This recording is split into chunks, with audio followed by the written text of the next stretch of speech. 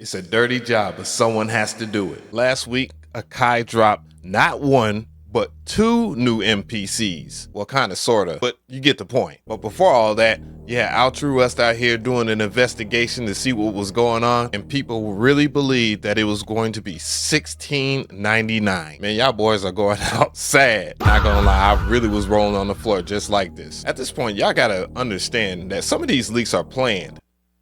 Allegedly, Akai assembled their version of the Avengers with Zaytoven as Captain America, Arab Music as the Hulk, and I guess Sarah Too Ill as Black Widow. Look, man, I'm too old to be doing all these comparisons. Y'all need to relax. But you can think of me as Thanos. I'm just here to restore balance. Lord knows he won't do it no more. My dog went from might sell all my Akai gear for being the poster child of Akai. My dog went from standing on business to standing on stage with Akai. Yeah, it was a tough challenge, man. You know, first quarter was getting tough in the trenches. By the second quarter, we kind of figured it out. You know what I'm saying? Yes. Andy came at halftime and prep and gave us a good pep talk. By the third quarter, you know, we found our rhythm. Fourth quarter, we're New York, baby. We pulled it out. We might have Av over here do his thing next time, too. Old folk type beats. Old folk type beats. Elevator beats. Let's do it. Gotcha. Oh, man, I know my comment section is hot as hell right now. Some of y'all fiercely type into the comment section right now. Didn't even finish it. All enraged and shit. Ready to type unsubbed in the comments. Bolo's my dude. I had to get my lick back, though. Pause. We have Mcree. We have over here. We'll get you back. I already know what you guys are thinking. Y'all like, Mcree is such a hater. He's just jealous he's not on stage. And my answer to that is yes. Yes, I'm a bit salty. Salty as hell. Akai be out here running emotional plays like John Madden and shit. Real talk. They humans too, though. But nobody's exempt from this. Neither Akai or the comment section this time. It's belt to ass time. But the burning question is, do I think Akai is dropping a lot of gear? Is it gear slop? The answer is yes, but let me cook. Let me start with the comment section, because holy shit, some of these comments are depressing as hell. Don't get me wrong, I appreciate some of you guys coming up in here, but some of y'all I don't even think do music. And if you're not doing music, you're probably spending more time on Facebook, just in there, just wasting time. Not even touching grass, man. I don't know. Y'all be having me like, huh? Got me with the Russell Westbrook face. That shit ain't it, bruh. Out here talking about don't like it because it's a minor update. Then you got people out here trying to talk sense to him, and his response is, but the live form factor is meh. So to sum things up, people want the MPC ONE to have all the features of the MPC Live 3, but cost as much as the MPC sample. Okay, I'm exaggerating a little bit, but people acting like they can't take an MPC ONE and perform live. Like there aren't producers that are using MIDI controllers to perform live, bruh. Can't make this shit up. Then you have the people that are convinced that it's just a new colorway and that they didn't change anything about the MPC ONE. And then when I give them the benefit of the doubt and read off the specs of the new MPC ONE, someone comes in to defend it. And to keep it real, I don't think that Akai changed the form factor enough, but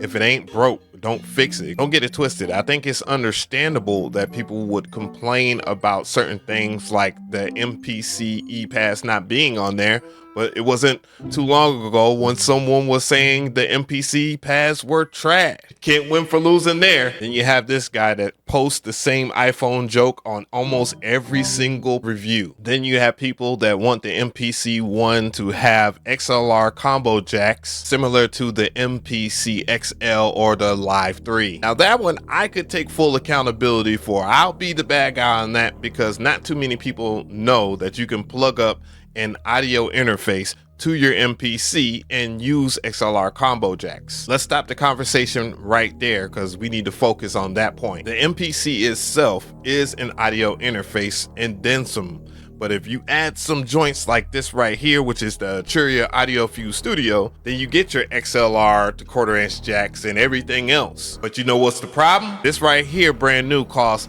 $900, if not $1,000. The MPC ONE G2, which I hate that name by the way, costs $800. Would you honestly pay more than $1,200 for your MPC ONE? Think hard, leave a comment. I already know that y'all gonna be funny as hell. A lot of you guys tweaked out, including myself, when we found out the price of the Roland TR-1000 was $2,700. Meanwhile, Roland TR-1000 owners were like, broke boys be quiet, until Akai entered the room and said the same thing back. Hey, I thought it was funny. Then you have the Dr. Umar head ass niggas wearing their kufis and talking shit, not really adding anything to the conversation while adding something to the conversation. You know the type that will talk shit about you in the comments section while simultaneously not having any music on their page. God help their souls. Quick to call us out about selling a product while they're selling the product themselves. Nothing but belt today. Speaking of belt, let me get on Akai's ass real quick. Not gonna lie, my reaction was not like Beats by J Black's reaction when I opened up the box. I was quite disappointed. I was expecting the second coming of God, but what we got was a little shiny blue box with a USB Type-C port on it. But let's be real, the spec bump is amazing. But to be fair, what do you expect for the price point of $800, especially in a time like this? In a time where hard drive, wait a minute, the prices of SSDs have went down immensely. God damn. But there goes my benefit of the doubt there. Oh shit. All jokes aside, I understand why there's people that are very upset with Akai, with them dropping new MPCs every day or every month. Even Akai themselves have admitted to this drop being a little egregious, but they did it anyways. And they're just standing on business, I guess. At this point, it could look like gear slop. I mean, it is a new MPC coming out every other month, but that doesn't mean that there's going to be a new MPC every year. I can promise you that. If you look at the long grandstanding history of Akai, they wait a few years to refresh something. The MPC ONE definitely needed a refresh. The MPC Key 37, oh my God, did it need a refresh. Man, both of those units were massively underpowered in comparison to the Gen 2 MPC Live 3 and the MPC XL for sure. But I got one better for you. I think Delio gave the best advice to everybody when it comes down to buying an MPC, or just if you need to get the next new thing. From a visual standpoint, I think Akai knocked it out the park. Now, here's where my opinion might differ from some other people. Just because I think that they look great doesn't mean that everybody needs to upgrade. If you're already owning MPC and it's doing everything you need to do, I don't see these units being a mandatory purchase. Your MPC ONE didn't stop making beats. Your MPC Live didn't suddenly become outdated. Your MPC X didn't lose its workflow overnight. And at the end of the day, the music still comes from you. He did an amazing job of breaking it down. And truth be told, now I ain't gonna hold you. There is a huge difference between the MPC ONE Plus, the old MPC ONE, and all of that. But if your old MPC still works and you still make bops on it, bruh, just continue to make bops.